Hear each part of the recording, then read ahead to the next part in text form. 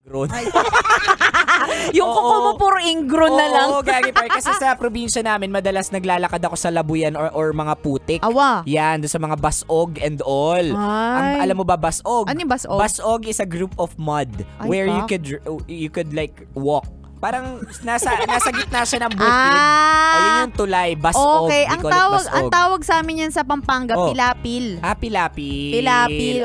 Dun kami madalas mahulog eh. Oo, yan. Diba, ang saya. So, doon madalas ako naglalakad. Doon nag-grow yung ingrown ko. Kasi ang ingrown, hindi mo matatawag na ingrown without its smell. Oo. Diba? Pero for some reason, ako nagtatanggal ng ingrown ko talaga. Sarili? Oo.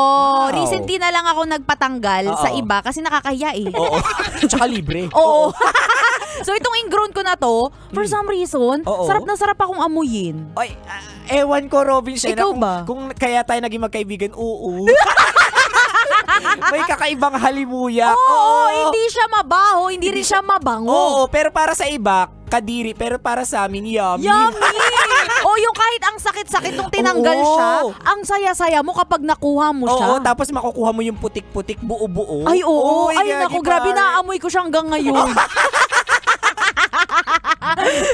Yung kabisyo nating nakikinig dyan, napaisip, ano ba amoy ng ingrown? O basta, kakaiba. Oo, kaya pumunta ka na sa salon, ipatanggal mo yan. At amuyin mo. Oo. Ay nako, dahil speaking of mga parlor at salon tayo ngayon, eto, ibibigay namin sa iyo, kabisyo, ang sunod na 2 uri ng customer sa parlor. Tara, kape! Tara, kape! Parlor. Sa parlor po. Ayan. Punta tayo sa number 1. Inot. Muna, ito ang mga sensitive. Magugupit pa yung headset ko. Ayan, sir! Tanggal po ba yung patilya nyo? Tanggalin ko? Pakitanggal para clean cut. Okay po. Sige, sir. Tingin ka sa kaliwa. Sa kaliwa! Kanan yan! Dito po! Aray! Aray ko, ano ba? Bakit, sir? Makapagpaikot ka naman ng ulo ko, kulang na lang, balihin mo, sakit eh! Ay, sorry, sir. Pasalamat ka nga ulo sa taas yung pinapaikot ko eh. Ang tigas kasi ng ulo nyo. Sabi ko tingin sa kaliwa eh. Yan, ito na! Yan, sir. Yuko na lang po. Ayan! Yuko pa! Aray! Ano ba? Dumapa na lang kaya ako. Yuko ba gusto mo? Sir, napaka-sensitive mo. Ito. Gunting. Magsarili ka na lang. I quit. Okay. Yan! Pero gagi para sa mga barbero din ganito. Struggle nila to, yung mga sensitive na customer. Yung parang konting hawak mo lang sa pisngi nila para magkumaliwa kanan. Magre-reklamo, where's your manager? Alam mo, kabaliktaran na ito, yung kapatid ko. Bakit? Kapag pumupunta siya sa barbero, di ba, ito sensitive. Siya naman, nagupit na yung tainga niya.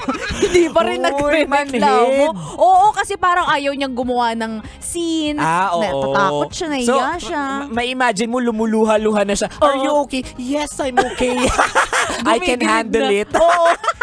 Tapos diba uso rin ngayon sa mga barbershop yung mga biniblade. Ay, oo. Yung gilid. Oo, tama. Para aesthetic. Oo. Masakit din daw yun talaga eh. Grabe.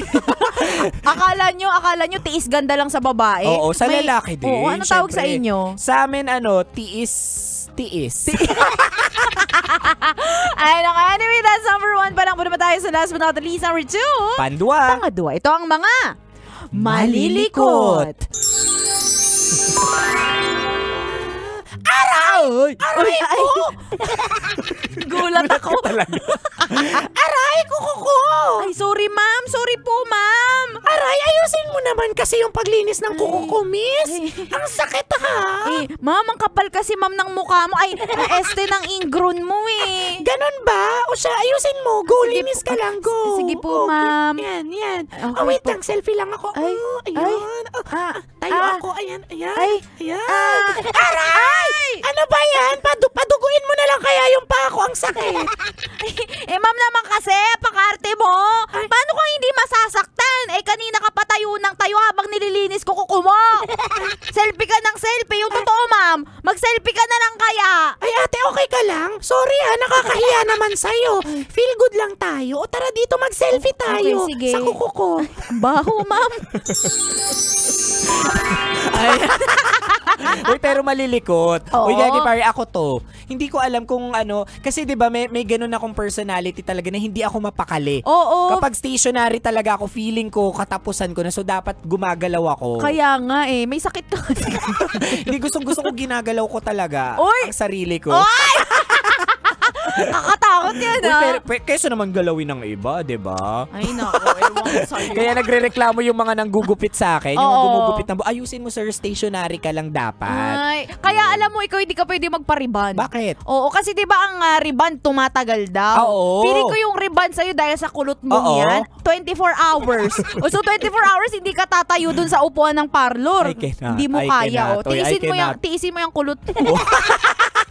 Ay, nako. Anyway, kabisyo, kung di mo naabutan ng usapan namin ito at may gusto kang ipa-shoutout ng mga kabisyo natin sa parlor nyo dyan sa kung saan man. Oo. I-shoutout natin sila. Hanapin mo kami sa aming mga social media accounts. Ako sa aking Facebook, Instagram, Twitter, TikTok at DJ Robin Shannon. Same socials, mga broskies at Konyo Bicolano. Quick shoutout lang ako kay Ayla de la Peña at saka kay Erlinda Lingat na ngayon ay nagpapatanggal ng ingron sa kilikili. Ay, ayaw nga pala may ingron din sa kilikili. Oo, legit yan. Mabango kaya yun? Medyo, feeling ko. Enjoy po. Ayan, happy listening sa inyong lahat. O siya, kabisyo, makakasama niyo po kami hanggang mamayang 3:00 ng hapon para bigyan pa kayo ng mga science tips at skits sa buhay-buhay. Muli, this is your pinakamagandang probinsyana na mahilig sa ingron.